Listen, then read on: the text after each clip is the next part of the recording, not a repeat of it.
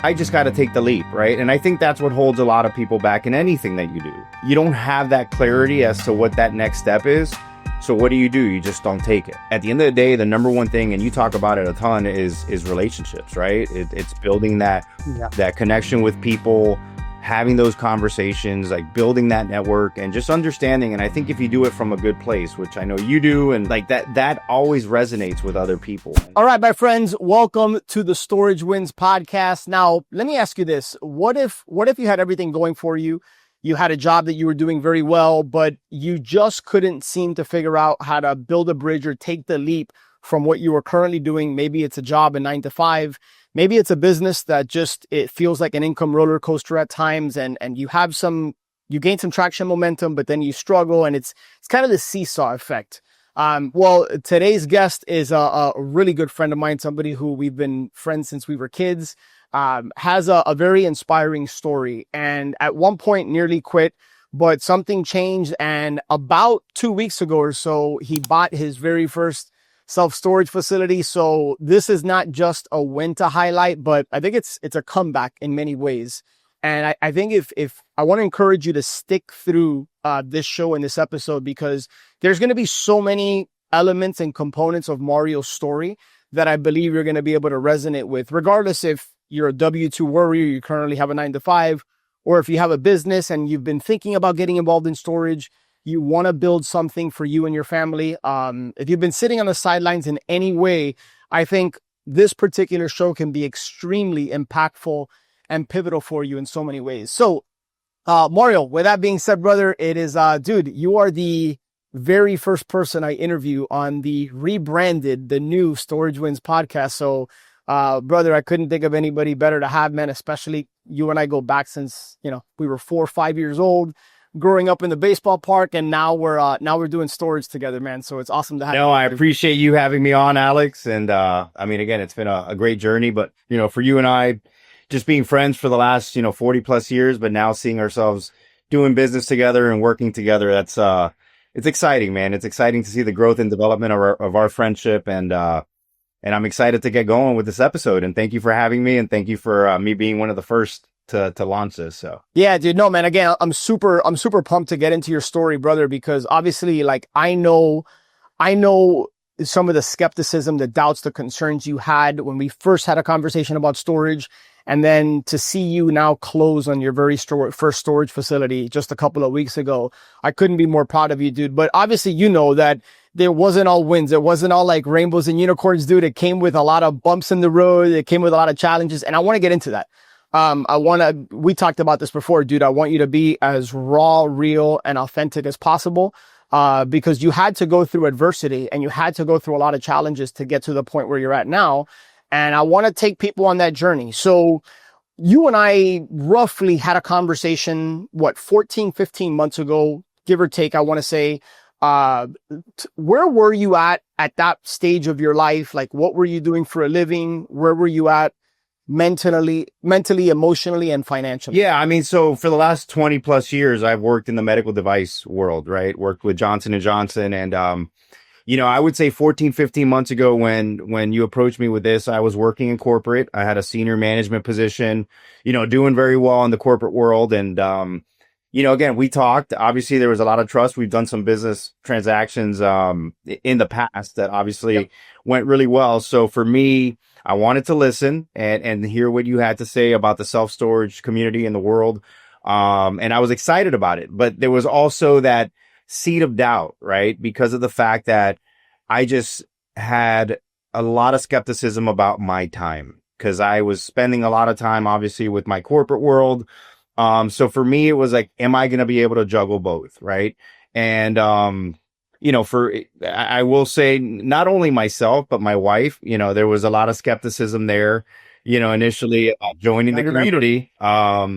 She wasn't 100% in. I wouldn't say she was 100% out, but she wasn't 100% dove, to tell me to dive in. Right. And a lot of friends and family, I mean, a lot of people that just didn't have clarity, including myself. Right. But, I decided to, obviously, with our, the trust I had in you and just our friendship and, us doing business together, I said, you know what, I'm going to take that dive and join the community. And I did. And it was exciting. It was an exciting time. I went in obviously not knowing anything about self storage, but having all these grand dreams and plans about, how successful I was going to be, how easy it was going to be.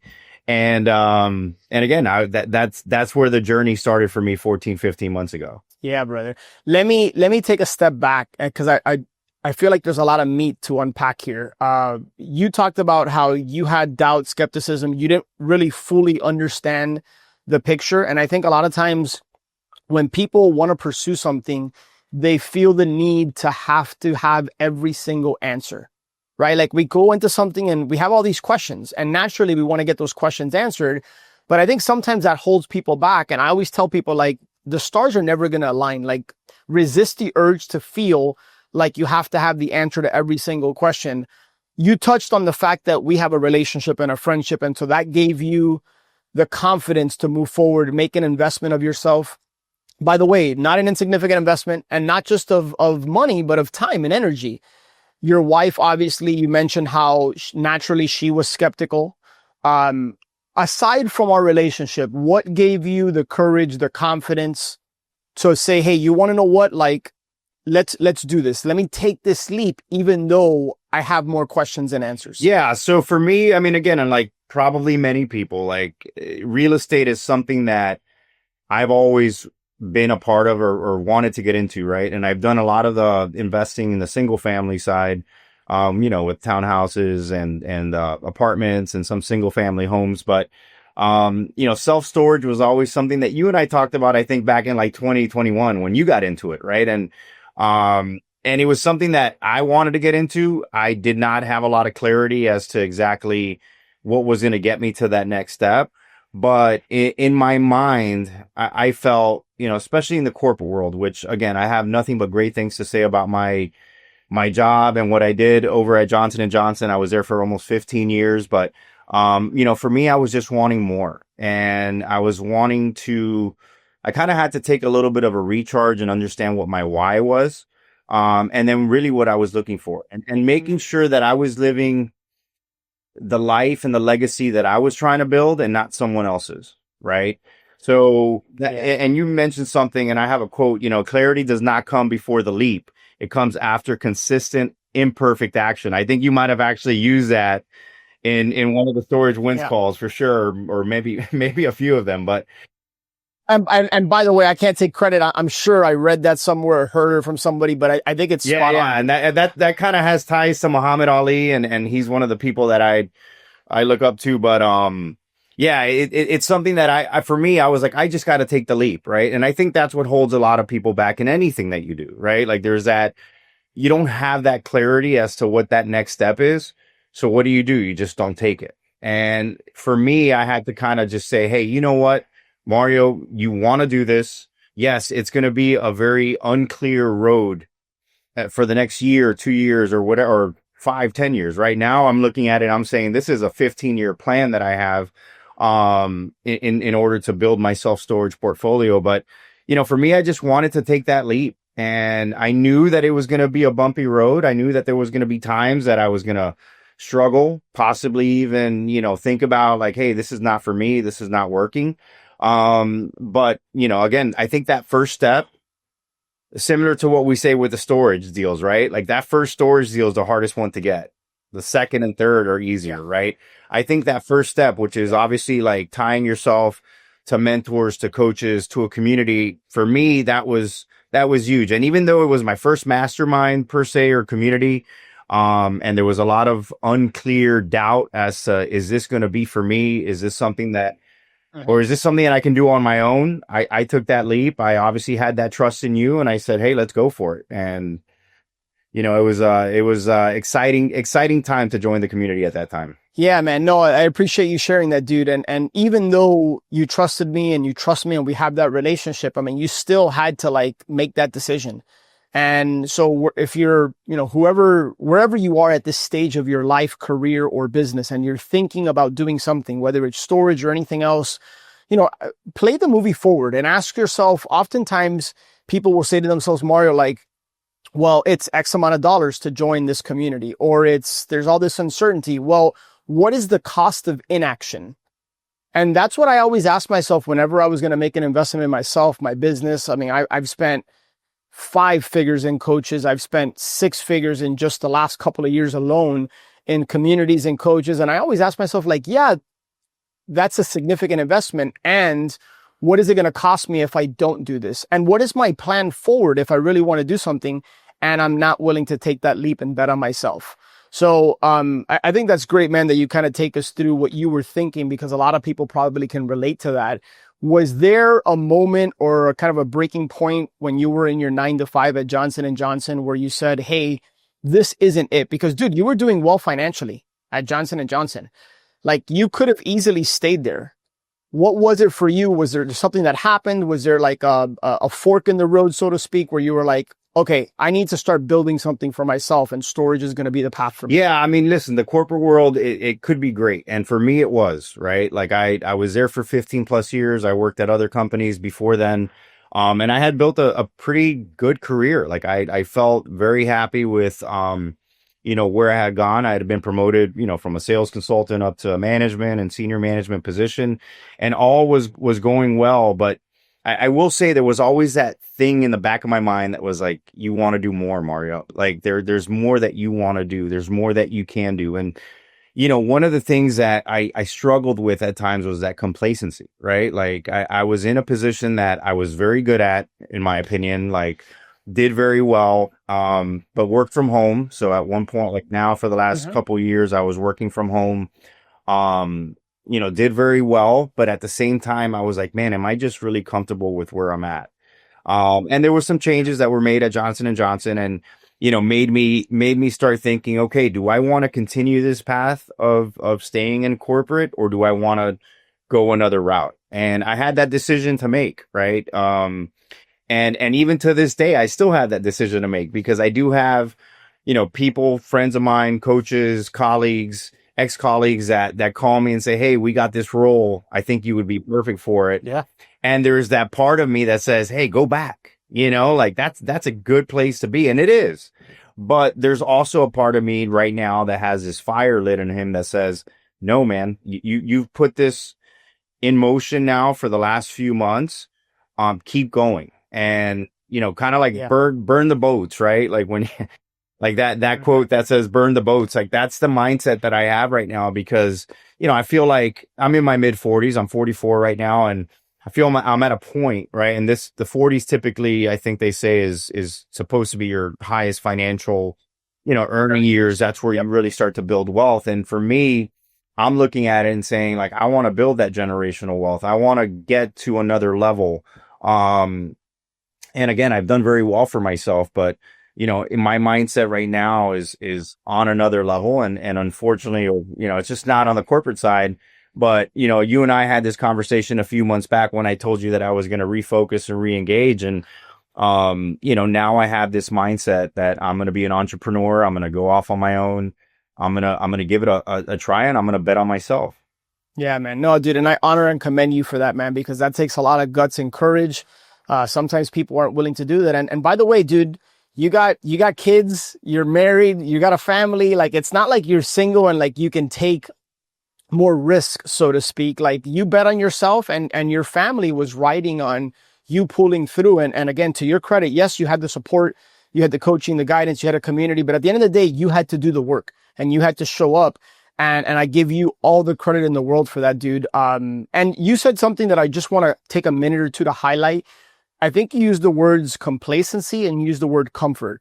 Dude, and you know this, Mario, comfort and complacency, that kills more dreams for people than anything else. So if you are at a place in your life and you feel comfortable, you're like, yeah, I'm good, I'm chilling. Like, take a step back and say, okay, well, is that the best place to be in? Now, maybe you've worked to get to that point and you want to take your foot off the gas already, and you're at a certain place in your life financially and in other aspects of your life where you feel good. Kudos, fantastic. But if you want more and you're not there and you feel comfortable, then that's probably a sign and an indication that you need to push yourself. You need to get uncomfortable, because it's been said that's where the growth happens. And that's where it's happened for me. Clearly, that's where it's happened for you. So I just wanted to take a moment to highlight that. Well, let me ask you this, man. When you joined Storage Wins, despite having a lot of uncertainty and doubt, and you had some hesitation from the wife, which, as you and I both know, is a key big decision maker in our families, right? Like making sure you want to make sure your wife is on board. And to her credit, like she believed in you. And she's like, look, if you really want to do this, I got your back. And I know that was the case for her. So that's amazing that you had her support. What expectations did you have? Like, talk to us about your mindset when you first came in. What were your expectations? Did you expect this to happen quickly? Did you think this was going to be like, what was the mindset when you ultimately joined the community? Yeah, I mean, to be honest, and it's funny, like I would say my mindset was like elementary, in the sense that like I wasn't really sure what to think or how much to think of it in terms of like what the community was going to do for myself, right? In fact, like right before I joined, I remember my wife saying, like, we were talking about the initial investment and what it would take, and she was like, well, if you want to do this, why don't you do it on your own? And I was like, yeah, you're right. Like I could, right? Like I can start chat GPTing or Google, self-storage. Obviously I had you as well. But in my mind, I was like, you know what? I'm going to join that community. And to be honest, I look back now, whatever, a year ago. And again, my mindset was so small in what this community could bring to me. I thought I was just going to learn a lot about like what self-storage is about, some of the knowledge that's needed, when you're hunting for your first self-storage deal. And then obviously when you're transitioning to acquiring your first self-storage deal and then owning and operating. And yes, that's a big part of the community. But at the end of the day, like now I look at my mindset compared to like when I first started, and I understand what this community is all about. Right. And I understand now what you're building. Like I will say this, that's probably the big thing from when I first joined to now. I understand what you're looking to build here and what kind of community we're trying to be. And at the end of the day, the number one thing, and you talk about it a ton, is relationships, right? It's building that connection with people, having those conversations, like building that network and just understanding. And I think if you do it from a good place, which I know you do, and like that always resonates with other people. And before you know it, you're starting to build a network of people that you would have never thought you were going to either do business with or have business conversations with, right? And I've done it now. Obviously, I live here in Miami, but now I'm having and building connections with people in other states, in other areas.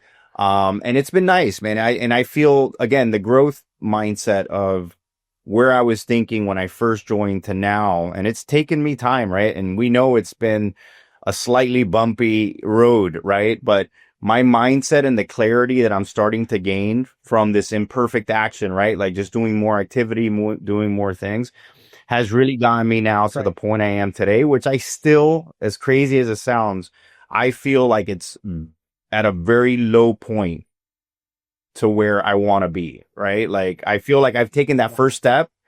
I've had those small wins, but now I see the bigger picture and really what I'm looking to build here. And just to zoom out and put what you just said in perspective, dude, like you just closed your first storage deal. Like when you joined the program, that was the singular focus and goal. And to show and highlight how much you've grown and how much your mindset has expanded, you just finished saying 30 seconds ago how even though you just closed your first deal, you still feel like you're like elementary level. And that just shows you how much you're thinking and how much bigger you want to take this, right? So man, yeah, 100%, dude. I love it. But you said it right. There was setbacks. And I always tell people, anytime you commit to do something, especially something that's different, that's going to stretch you beyond your comfort zone, expect resistance. Expect roadblocks, barriers. Some people are going to say, hey, it's the devil getting in your way. Other people are going to say it's life, it's universe, it's going to test you. If you go into something and you just think it's just going to like be like a straight arrow up and all you're going to do is have wins and there's not going to be any challenges, you're setting yourself up for failure. So let's be real now. And I want to challenge you to be like real. You joined, you came in kind of excited, even though you weren't really sure what to expect. I remember you plugged into the first maybe handful of calls or so, but at some point relatively early in your journey, you kind of ghosted, right? Like you kind of fell off. What happened? What was going on in your life, in your career, family? Like what had you that got you unplugged from the community? Yeah. So, I mean, again, I think it's that seed of doubt that we put in our mind to start, right? Am I going to be successful with whatever we do? In this case, it was self-storage. It was something that was new to me. And I think when things are new, right, and people like just inherently sometimes change is something that we do not want. And, for me, I started finding excuses to not necessarily move forward with the self storage. Now, granted, I had a corporate job. I was working a lot of hours. I had a lot of responsibility. And, sometimes there was times that I could have done more on the storage side, but I was just exhausted. Right. But looking back at it now and, I think a lot of the struggle that we have or anybody has in a daily basis is time. Right. And we all have those same 24 hours and everybody, it's like we got the same clock, but we're always talking about we don't have time. We don't have this. And that was really what I was doing for 6, 7, 8 months. Where I would join a call and then I wasn't joining a call. I wasn't necessarily focused on building relationships with the people in the community. I mean, to be honest, that was something that at first I missed on. And then, obviously you and I'll say this too, like I almost felt, and I think at first it was like, hey, Alex is going to help me. He's going to do this for me. And, one of the things that I love about, the way this community is, there's not this like, hey, this is the way it's going to be. You're going to be successful. You're going to pave the path for us, but we got to walk that path. And I think, I was maybe went into it thinking that this was going to be easy and then, realize and used to always say it, just like take the first step, like just start doing the small things, whatever it may be, even if you're working in that corporate world, like, dedicate the couple hours, 5 hours a week or whatever it may be to do some of the storage activity to start building that up. And to be honest, I would do it 1 week and then I wouldn't do it. And, that unfortunately the activity or inactivity, right, was very clear. And, there wasn't a lot of success. And, for me, it was a life moment that happened that kind of made me start really thinking about what I wanted here for the next 15, 20 years. And I, you and I had a conversation. I think it was very early in the morning. Might have been like 5, 6 in the morning that I called you and said, hey, I'm here. I'm refocused. I'm ready to go. I'm going to start jumping on every single call, make sure that I'm on there. And not make any excuses as to not having the activity that I need to do. And I started doing that and it's crazy, but just by doing that a few months, all of a sudden things started happening. And me being in sales, right? Yep. I'm in the medical device world in sales and I know how it works, right? Activity, if you build your activity, you start doing the things that you have to do, call it the sales gods, call it whatever, or just call it your hard work, right? Things start to happen and things start to fall into place.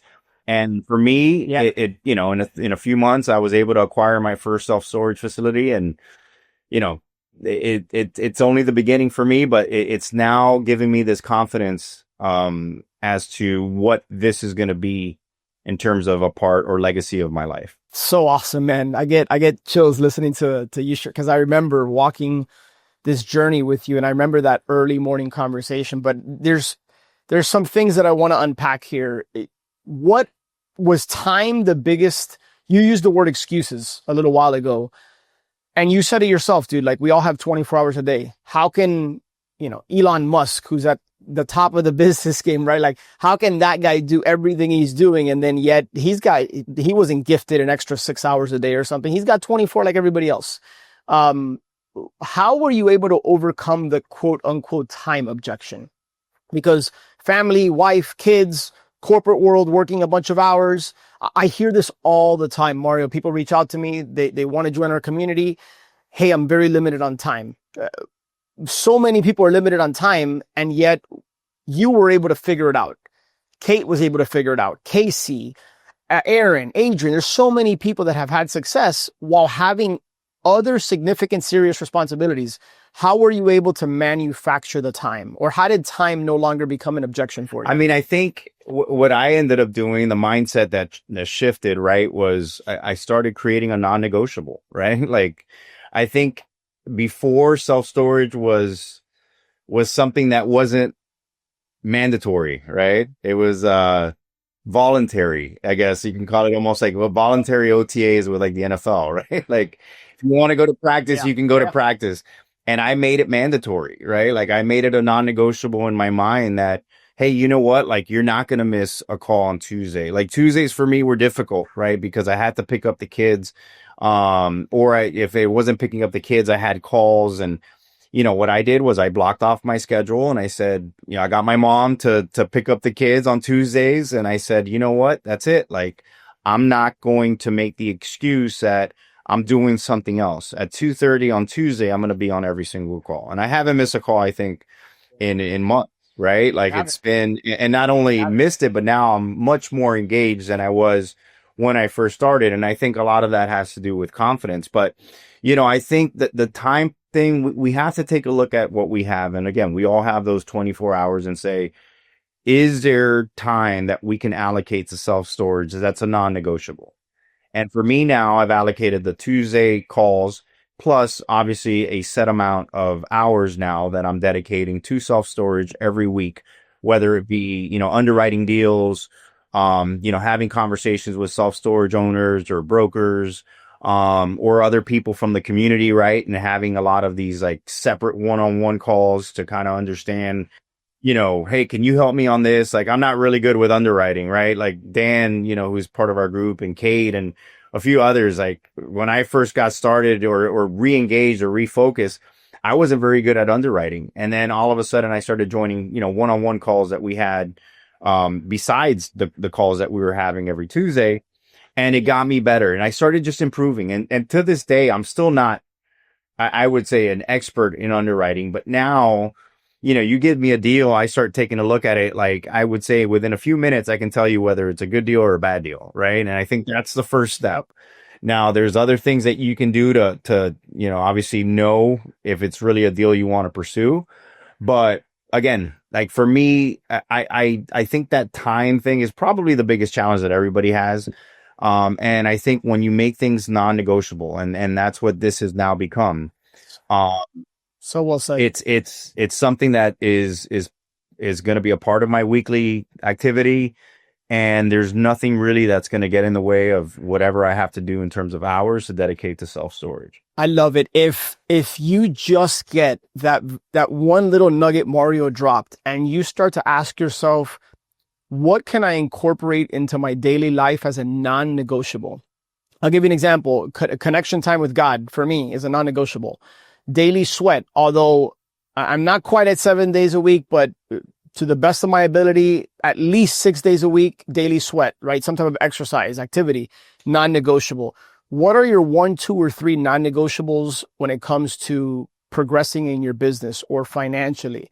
And when you just, to your credit, dude, you hit the reset button. I remember that conversation like it was yesterday, early in the morning. And I remember I challenged you. I think I asked you, I'm like, Mario, why did you decide to do this in the first place? And you were crystal clear on your why. And I asked you, I said, has that changed? Is that still applicable, or is there something different? And you're like, no, if anything, it's more real. I'm like, all right, well, like, are you ready to recommit? And you're like, yeah, 100%, I'm doing this. And I got off that call, like thinking you were serious, but at the end of the day, it's not talk. It's the action. It's that massive imperfect action we always talk about inside of our community, right? And dude, that's why I give you all the credit in the world, because you showed up, you did the work. Those separate underwriting calls that some of our members host every single week outside of our Storage Wins support calls, you were on those calls. You were having the meaningful conversations. You were analyzing deals. And then you got to the point where you started making offers. Now I wanna start to, let's hit the fast forward button a little bit to your very first deal. The timing was very serendipitous, or that's just the way that the universe and God works. It's like you put forth the time, forth and effort, and then doors start to open up for you that probably were there in the past, but you weren't putting in the effort. So you either didn't see them or they weren't open to you. But because of all the work and the recommitment, there was a deal that was presented inside of our community, right, on one of our calls. So I'm going to hand the baton to you and take us through now how you identified your first deal, and we'll go. Yeah. So obviously, I was consistent with being on the calls and starting to build relationships with the other community members, and strengthen those. But, we did have another community member that had a deal that they had been under contract with, and they were looking to wholesale the deal. And, yeah, I mean, again, I still wasn't 100% great on the underwriting side, but I knew what I was doing. I could fight. And he presented the deal very well. And then I started doing my own research and underwrote the deal myself. I started reaching out to some of the other community members too, to just kind of get their feedback. And, I kept looking at it and I said, hey, this is one that I really like. I think it would be a great first deal for me. It was in a town called Sarcoxie in Missouri, which I had never heard about. Right. And in fact, anybody that lives in Missouri, like most people don't even know about Sarcoxie. So it's a very small town, about 1,500 people. But again, looking at the deal, it was a 40-unit self-storage facility in Sarcoxie, Missouri, which is about 45 minutes from Springfield, Missouri. And, looking at the deal, looking at the numbers, very mom and pop. So they weren't really doing a lot of the stuff that they could be doing from a marketing perspective. And I said, you know what? The numbers make sense. I think this is a really good deal to go after. I think you and I had a lot of conversations, right, about the LOI and how to position it. But, I talked to my wife. I said, hey, and that's the other thing. My wife there's a lot of development and growth on her side, right, from the beginning to now. And, she gave me the green light to go become an entrepreneur. And then obviously now I was like, hey, I'm thinking about doing this. Are you on board? And she was 100% on board. We were going to be in this together. And, I started, did the LOI. In fact, the gentleman that was a community member, him and I probably didn't have a great, or we didn't really have much of a relationship, right? When this was all starting, I knew him, like we were on some of the calls together, but, it's been great now and I'll shout him out. Kenny, he's, it's been great to build that relationship with him. I feel like in the last 45, 60 days of us going through this process, we've built a really solid relationship, and, being able to take the deal to the finish line and close, I think has definitely helped our relationship. And then obviously the credibility that I have in closing deals. But, but yeah, it's one of those that I underwrote. I felt really good about it.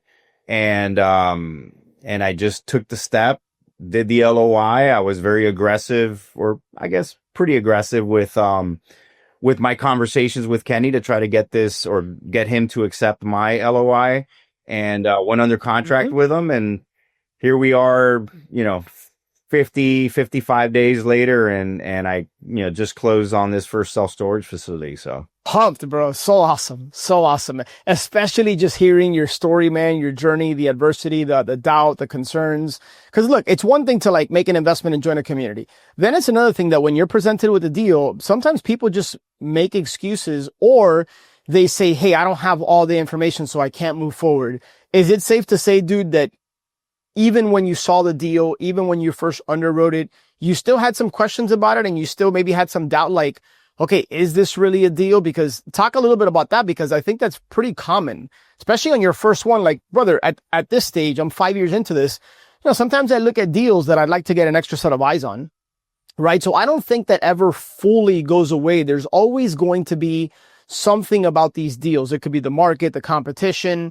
There's always something that you need to dive a little bit deeper, or that gives you a question mark. But what do we try to do? And we talk about this on our community calls more. I know you know this, but like we evaluate everything.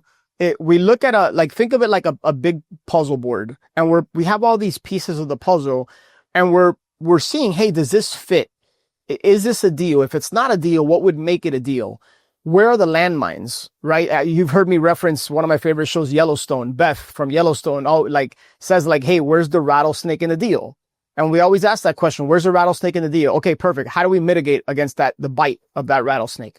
Okay, is it this? Is it that? Okay, well, if it's this, let's underwrite it. Let's make sure we're conservative. You know that when we look at deals, we look at what's the worst case scenario, what's the likely scenario, what's the best case scenario. We're never going to move forward and buy a deal if it hinges on the best case scenario. That's how you can set yourself up for failure. So Despite all that, tell me if I'm wrong, you still had some questions and concerns even after underwriting it, right? Dude, I was scared shitless. Like, Yeah. honestly, like Yeah, just I get it. real talk there. Like I was, it's funny how the mindset works, right? Because I submitted the LOI and there was a part of me that was like, I hope he accepts. But there was also that little part saying, maybe I hope he doesn't accept, right? Yeah, I Just totally having that, get it. like I was like, holy crap, am I really going to be going under contract? And, it's funny because I will say the conversations that you and I had for those few days before he accepted, to where I was like having conversations with you and then like Kenny and I would talk. I started building my confidence little by little from that first call that I had Yeah. with Kenny to the last one. Like all of a sudden I started gaining that more confidence, and that fear of going under contract started kind of going less and less. And I was now excited. I remember when I revised my LOI and increased my purchase price. Like when I did that last one, I sent it and I'm like, he's going to accept, and I'm excited for it. Right. And, it was a few days of chaos mentally. I think you kind of go through it. But again, for me, like everything that we do in life, like you just got to take that dive, and there's going to be times that you're not going to know Yeah. if things are going to necessarily work out. But if you've done the work, right, you've put in the due diligence and done what you've had to do to say, hey, you know what, like this checks the box, and I think this is a good deal. Yeah. Like go for it. Even, and if Yep. you have that uncertainty, if there's that fear, like we create that fear in our minds, right? So like it's okay to almost have it, but don't let it like eat you up. And I think that's the Yeah. biggest thing that I've learned throughout this entire process, even today, right? Like, cause now I'm going through a whole new set of fears, I guess, now when I'm owner operator and, now closed a week ago and calling all these tenants. I got a bunch of tenants I'm calling today. There's all these new sets of fears, but for me, I'm like, this is part of the process. Like this is, Yeah. all is well, and it's funny. Tom Hanks, like there's some video there on IG, I think that he's talking to some other famous actors and people, and he talks about the good and the bad, right? And he says like there's going to be these good times and there's going to be these bad times, but this too shall pass, right? And like you're going to go through the grind, and there's going to be times that you're going to have that doubt. But just going through that process, staying positive, staying optimistic, for me, it's been a great learning experience. I've seen myself grow so much in the last few months. And I'm just excited now for the future, right? Like now looking at my next deal, which again, I did submit an LOI. Unfortunately, it did not get accepted, but for okay. and in a way, I'm like, you know what? Let me get my first one up and running, which I know in 30, 60 days, things are going to start becoming less and less hectic. But I'm already excited about closing my next deal before December 31st. So that's my new now. So I want to frame this. How long did it take you from the moment you joined Storage Wins? Do you remember when you submitted your very first letter of intent? I mean, it was probably like 10, it 11 months, and it was this one. Yeah. Okay, so there you go. It took you 10, 11 months to submit your first letter of intent. And you admitted, that, hey, I unplugged for a good amount of time. Life got in the way. There was some hesitancy, and we talked about what got you plugged back in. Took you 10, 11 months to submit your first LOI. Before you had even closed, I think a day or two before closing, you submitted your second LOI. Now, it didn't get accepted, but that's not the point. The point is that progress breeds momentum. Yep. Momentum will lead to those small wins. And when you're consistent over time, that will lead you to the big storage win, right? Like that's one of the reasons our community is called Storage Wins, is because we cannot control if we go buy a storage facility. What we can control is our mindset, our daily activities, taking the massive imperfect action, stacking consistency in the right areas over time will lead you to that big storage wins. And that's, I think, exactly what you experienced. Really quick, I just want to touch on this. What were some of the key lessons? What did you experience going through due diligence? Talk about how you were able to line up the funding and then ultimately get to the closing table a week or two ago. Yeah, so I did my due diligence, a few weeks back after going under contract, went over to Springfield and then drove over to Sarcoxy. And, it was a great experience. And I will say now looking at it, I did meet with a roofer. I met with a handyman. There's probably more than that I would have done, even though I think I did a lot. There's some watch outs that now I look at and say, you know what, like sometimes you got to do a little bit more. But at the end of the day, like everything luckily for me worked out. The roof checked out, the units were in good condition. And yeah, we were able to go through that process. And then, from a funding perspective, that was the other thing. Like I was like, okay, how am I going to get this funding? And for me, living in Miami, having some people that are in the banking industry, I was like, let me start talking to them. And, I remember you and I talking and you saying, hey, no, you got to go reach out to all the community banks in Missouri and have your connections through there. And it's crazy how the world works. But I actually, a former colleague of mine that at Johnson & Johnson, he now works for another company, but he lived in the St. Louis area. He lives now in Chicago, but I shot him a text and I said, we still keep in touch, talk a whole lot. And I said, hey, do you have any contacts over in the, banking in Missouri? And, he talked to one of his colleagues and shot me like 3 different people. And these were people that were VPs in the industry. Like it was really, really good people, like to have these kind of connections. And I reached out and in fact, got a hold of all 3 of them, started working with them, letting them know like, hey, I'm under contract. I'm looking for funding on this facility. And it's cool because at first I was like, how is this going to work? Like, I don't even know anything about how to talk to a bank about getting funding for a self-storage facility. But, I think having those conversations with you, having the conversations with the community members, Kate, who had just closed on her first facility, like her and I talked a lot about like, hey, how do we do this? Looking at interest rates, looking at how we're going to position the loan, right? And what I was looking for, whether it was 20 or 25 year amortization, how much down payment, like all those things were kind of new to me. But I was like, let's go through it. And when I did my due diligence, went to Missouri, I actually met with, I had gotten, the loan details from all 3. But there was one gentleman that him and I actually met in person that Friday. He was a VP of a bank, Cadence Bank over in Missouri in Springfield. And we had a great conversation. He was my age. We really started talking. We both played baseball through college. Yep. And it was great to just have this conversation with him, like put a face to the name. I think for him, it was as well, right? They're the ones lending me the money. But it was nice. He gave me a really good interest rate. And ended up, just kind of going through that process and, it was a seamless close, last week. So yeah. Fantastic, man. And just if you don't mind sharing, Mario, how much did you buy the facility for? 180,000 was 180,000. So it's a small facility, but you went in, I believe, below replacement costs. Like you got a really good deal on it. By the way, this is the definition of a win-win-win. Mario got a solid facility. Yes, it's in a small town, but we understood that, hey, based on the price he was getting, based on all the factors we looked at, it's a solid base hit for him to get into. Our community member who wholesaled them the deal made a nice chunk of change, right? Which is why I always tell people, you can get into this business and there are a lot of different ways that you can monetize and make money. It's not just through owning and operating the way Mario's doing now, but maybe you're strapped for cash and maybe you need to bring in some money. Well, just get really, really good at finding deals and then you can wholesale them to people inside of the Storage Wins community, in our Storage Wins Facebook group. If you're not a part of that, you can request to join that for free.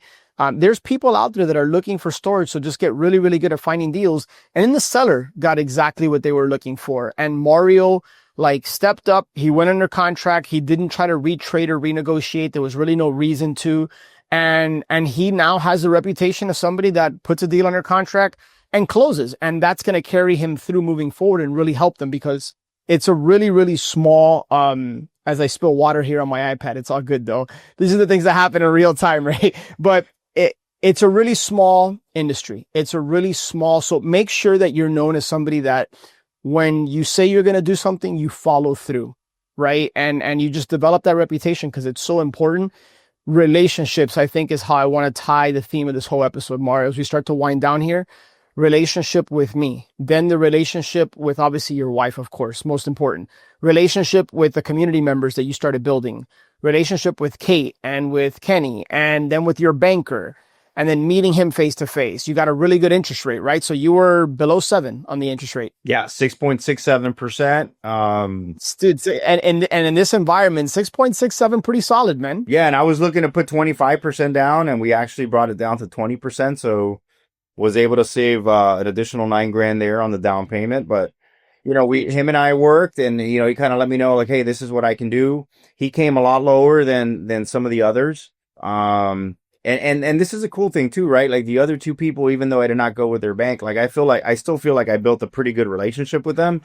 Where like if I get a deal in that area, right? I think the second one was in Illinois, and that could have potentially, because they service both Missouri and Illinois, but I know that there's a possibility of me now that they're part of my network, talking to them in the future about potentially funding another deal, right? So, and I will say this, like the appraisal came back at 200,000, right? So that's exciting too, because for me, and I know Kenny actually, when we went under contract, I think he got an offer for 200,000. So he called me and said, hey, you already got 20,000 in equity on the deal. And you haven't raised the rates. Yeah. You haven't done anything. You're already stepping into equity. And then we know from looking at the deal that once you raise rates, there's going to be a nice upside there in the next 6 to 18 months. Yeah. The rent rates definitely, could be brought up.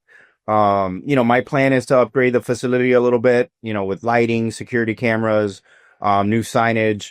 And, from there, obviously with these upgrades, there's going to be some rent rates as well. And they're well below market. So there's another self-storage facility that has it, have their rates a lot higher. So my intention is, when all in due time, right, is to raise those rent rates and obviously, increase the equity in the property. Yep. But, the way it was managed before, which was more mom and pop, compared to like what I'm looking to do now in terms of automating a lot of the process.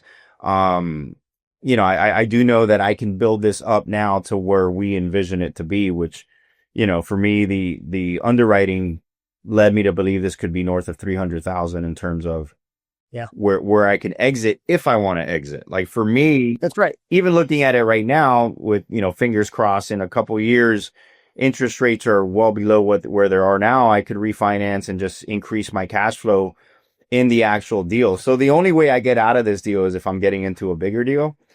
But, for me, I feel like I found the first one. I'm excited. Mm-hmm. Definitely gonna find my way to Missouri at least once a year to take a look at it and make sure everything is going well. And, but yeah. That's amazing, man. Last couple questions for you here, and then we'll get you out of here. Take a minute or two, brother, and talk to the person who's watching us, who's listening, who can relate to parts of your story, is in a job maybe they don't like. Maybe they do like it, but they know they want more. Maybe they don't have family members that support them or friends, and that naturally our friends and family want to protect us. So they'll tell you all the reasons why not to do something.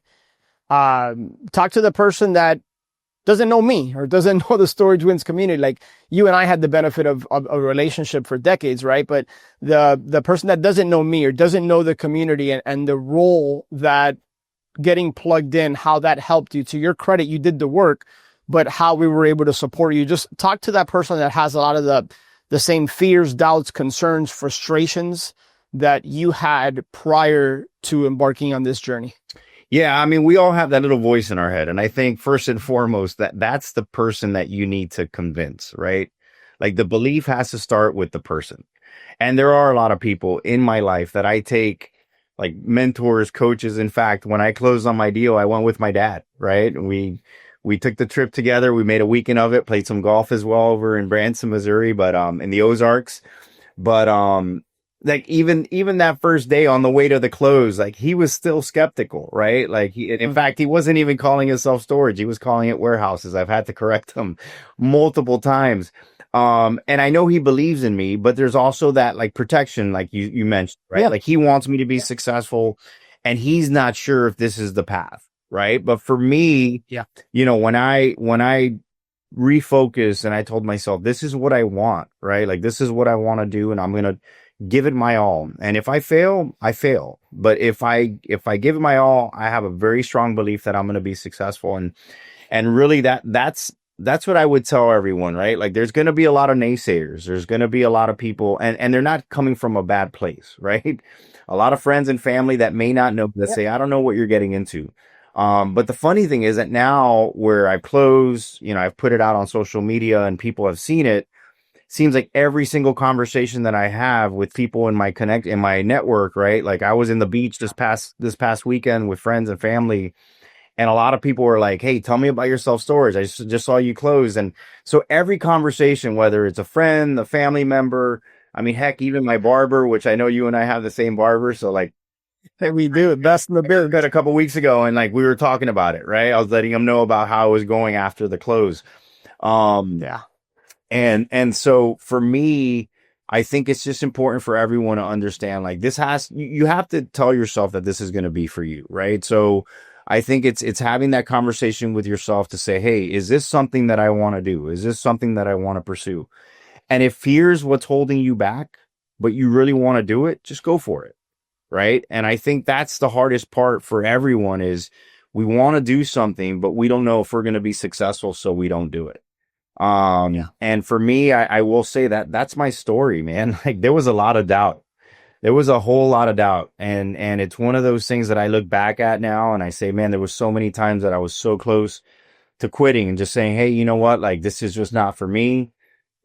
Thank you, Alex. In fact, now with fantasy football around the corner and us having leagues, I was like, man, I'm going to have to see Alex, and he's going to be telling me, like, what are you doing? You're not you're not engaging in the self-storage. Yeah. At the same time telling me when my fantasy football team sucks. But I'm excited because I get to see you. We get to give each other a hug and say, hey, you know what? Yeah. I got my first deal. So again, I think that belief in yourself is the key. And at the end of the day, you got to ask yourself, are you making excuses as to why you're not living the life you want to live? Or, is what's holding you back? And for those that are in corporate, people that were in my shoes that live the corporate life, it's hard.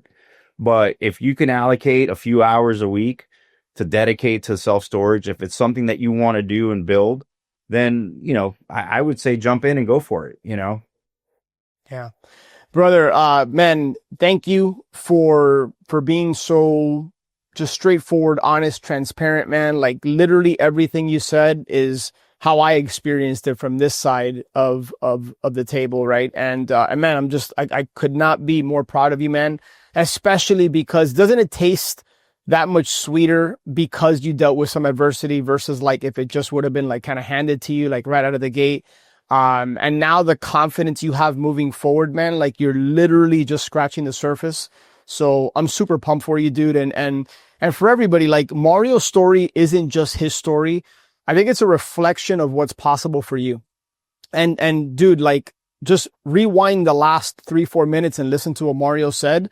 It all starts with the belief in yourself first. Just because you join a community or hire a coach, it doesn't give you like a passage to success. Like, you still got to plug in, but now you have the support, the accountability, the community, the guidance.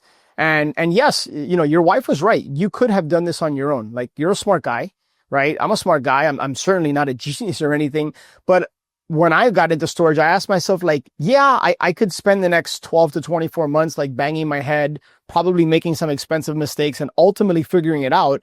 But why not just shortcut the process and find the right people and support that can help me? So I think that's what we're able to provide. So for my last bit of advice for everybody, do not feel like you need to have every single answer like Mario to make a decision to move forward. Start with your why.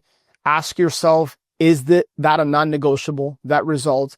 And then what are you going to do to bridge that gap between where you are and where you want to be? And if it's storage, I don't believe there's a better community than Storage Wins to help guide you there if you're willing to plug in, if you're coachable, and you're gonna build relationships and you see the value in that. So if you want to learn more about that, head over to storagewins.com. And this is not just a coaching program. It's not a course.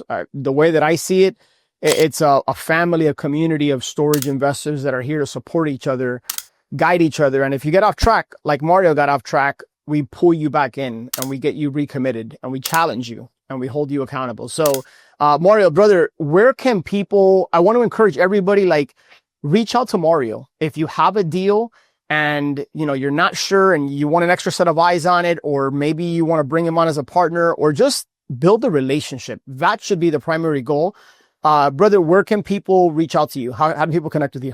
Yeah, I would say, again, any self-storage owner operators, investors, brokers, you know, somebody that may even be in finance, or anyone that just has an interest, right? Like, I will say, on the medical device side, I still mentor, coach people that reach out to me on LinkedIn all the time, you know, that want to dive into or break into the medical device industry. I would love to do the same thing on the self-storage, right? Like, so anybody that has an interest in potentially, you know, looking at self-storage as another, you know, way to kind of build a legacy, you know, please reach out to me. I do have Instagram. It's Mario Quintero 121.